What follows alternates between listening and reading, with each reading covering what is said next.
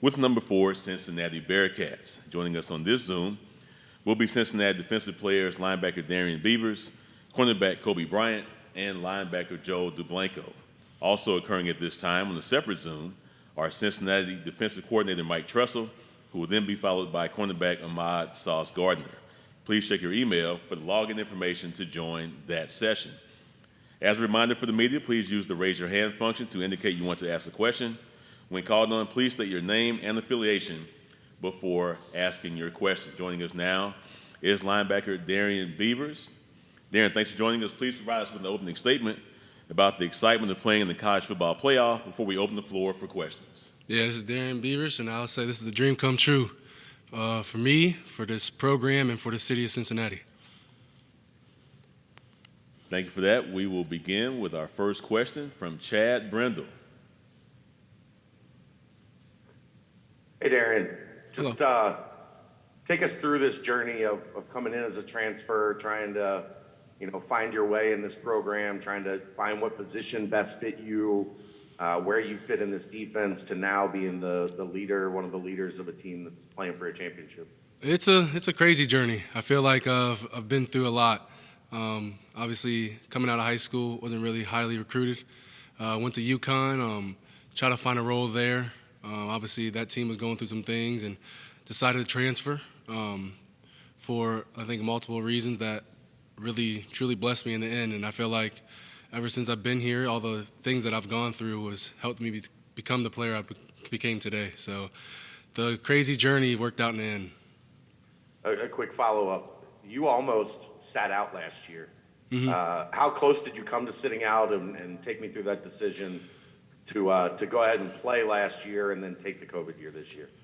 Yeah, I feel like it was more about just I knew that I needed another year to become the best I can be in my college career. So I wanted to maybe play my 4 games and then redshirt. I knew I had a redshirt year still since I played as a true freshman at UConn. So I wanted maybe to play 4 important games or something like that, and then try to redshirt and just work on my body. I knew the potential that I had and the visions that Coach Brady saw me in the weight room, and I knew that I could become a better player on the field. So I just wanted to take the opportunity to, like I said, just sit out a year, just focus on my body, and try to become the best player I can.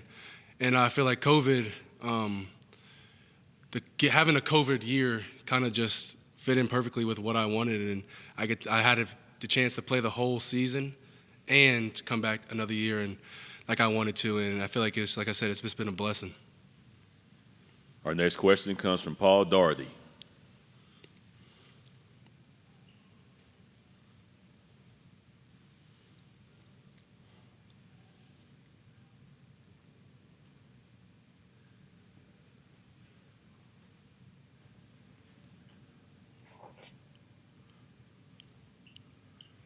Can you hear me? Now Yeah. we can, Paul, yes. Sorry about that, Darrian. Paul Doherty, Cincinnati Enquirer. You guys all year have been in kind of prove-it mode. You've been asked to win, and when you win, it's got to be by a lot. And then now you're asked to kind of fly the flag for the whole group of 5. I guess my question is, have you allowed yourself at all to live in the moment and kind of savor what you've done so far? And if so, when was that and how? I think it's both. I feel like you have to look and see what you've done and see what you accomplished, but also try to stay focused on the next game and your next opponent. So I think it's a little bit of both, but I know that since I've been down here in Dallas, it's more about just focusing on the next opponent, the next game. So it's not really much to see what we've done for the group of 5 teams, but it's just more about just focusing on Bama. Thank you. Our next question comes from Justin Williams. Hey, Darrian. You're obviously a local kid, and a lot has been made about the Cincinnati players or Ohio players on this roster. From kind of a personal standpoint, whether with you or maybe family back in Cincinnati, what has this journey, really the past couple of years, meant from that perspective, being someone from Cincinnati and seeing the program rise to this level? It's been a blessing. I know that, like I said, I've grew up here. I have Cincinnati tattooed right here on my arm. So Cincinnati's in my blood, and I feel like the recognition that this city has gotten from this football team has been extraordinary, and I feel like it's put the program on the map. It's put the players on the map we deserve our recognition to, and I feel like it's, like I said, put this whole city on the map that everyone's starting to tune into Cincinnati, and that's just been a blessing. Our next question comes from Michael Casagrande.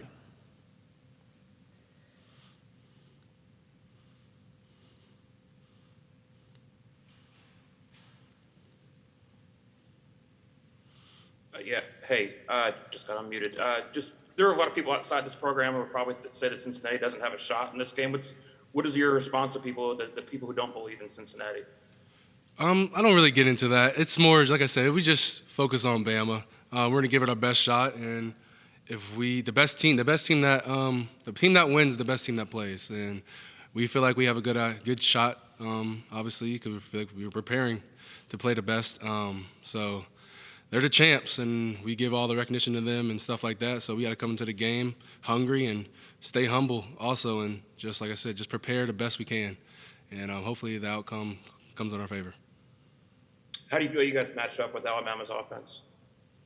I feel like I said, I feel like we're good. We're all confident in every level of this defense, and like I said, we just have to prepare like this is Alabama. We got to prepare like it's our last game, or we're playing for a national championship. That's the hunger we need to have during this game, and I feel like the last couple practices we've shown that, and I feel like if we keep preparing physically and mentally, we'll be good for the game.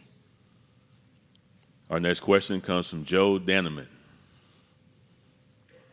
Joe Daneman from Fox 19 in Cincinnati. Darrian, to follow up on what Justin asked about having local guys on this team. Yeah. You come from the unique experience of being on a defense that has 3 players from the same high school. Mm-hmm. What is it about Colerain and what you guys learned there that translates to playing together on this level and having this kind of success at the college football playoff? Yeah, I give a lot of credit to Colerain. I feel like they prepare their players well for the next level. The workouts, the intensity in practice, the competition we play in Cincinnati. I feel like all those factors factor in how we perform on the next level in college. And I love playing with people that I've played with before. It makes you very comfortable. You know how to talk to them. You know how they're gonna. You know their personalities and stuff like that. So I feel like playing with people that you played with before really helps out. To follow up, is there a toughness level that comes with being a Colerain football player that translates? Yeah, like I said, like our workouts, they're really intense. They're really tough. Our practices and, like I said, the competition that we play, all that's pretty high level and high tier. So I feel like we play good competition, which helps us, perform better. We practice against each other. We play with high intensity. All the factors that Colerain has really helps the players perform good on the next level. Thanks. Our next question comes from Stephen Hawkins.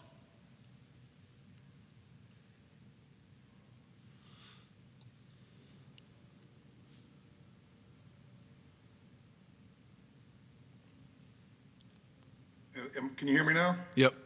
Okay, sorry about that, dude. You talk about next level from high school to college. Well, next level from colleges to pro, and obviously there's a lot of next level guys on the Cincinnati team. What do you think the success of this program this year and last has done for the NFL draft prospects of guys like yourself and others? This is one of the major reasons we came back. We saw the vision that this team had.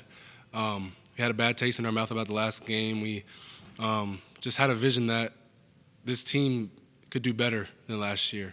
And that, obviously, team success brings individual success. So we knew that it would be better opportunity for the players, too, all the people that came back. And I feel like it's just been, it's been a blessing. All the recognition that I've got and all the other players got, all the rewards that are given out and stuff like that, it's just been a blessing that we all decided to come back, and it's been crazy. You guys have gained a lot of attention, obviously, as a team. Do you think, though, that people that have not really paid attention are going to be very surprised on NFL Draft Day on how many Bearcats get called out? Yeah, I feel like it's going to be a surprise to a lot of people. That we have really, really good players here, and I feel like that would be showcased during the game, and then showcased, like I said, on NFL Draft or any Senior Bowls that people go to, or the Combine and stuff like that. That people are going to start recognizing that Cincinnati Bearcats we have really good NFL talent here. All right, man. Thank you. Thank you. Our next question comes from Joseph Hoyt. Hey, Darrian, this is Joseph Hoyt from the Dallas Morning News. You talked earlier about your journey to get here. And I know Ahmad, Sauce Gardner was a 150-pound wide receiver. I guess on that note, in high school, how important is development at the college level? And do you think maybe, with this team that maybe it's a testament to what development can do against a blue chip program kind of like Alabama? Yeah, I think development's one of the major keys in any program success. When I came out of high school, I was like 190. I played safety, and then I went to UConn, and I guess the weight room wasn't the weight room like it was here. I gained like maybe 20 pounds just from eating a lot and stuff like that. When I got here, that's when I saw my body really transform. So I gave all of my development to Brady Collins, and you can see all the stories, like you said, Ahmad, and then there's Majay, and all the guys that come here that might be undersized, they blossom up and become really good football players. So I feel like development here at Cincinnati makes this program the way it is. Quick follow-up. Do you think maybe also time is kind of important with that? Like it takes time for players to develop a little bit? Yeah, it definitely takes time. It's not going to happen overnight, but I feel like certain places take longer than others. I feel like here it's shorter. I feel like the way that we work out, the way that we attack in the weight room, on the practice field, and in the study rooms, I feel like it's all, just so well done here, and it's really improved my game and everyone's game here. Thanks, Darrian. Our final question comes from Kerry.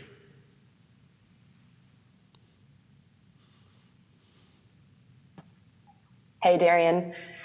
So I wanted to ask the question, obviously the transfer portal has been a big discussion across college sports just these past few years. And with you and just looking at Jerome Ford, you guys have made the most of it. And for people who are skeptical of that portal, why does it work? And why do you think that especially you two have had success and, look where you are now playing in the semifinal here? Yeah.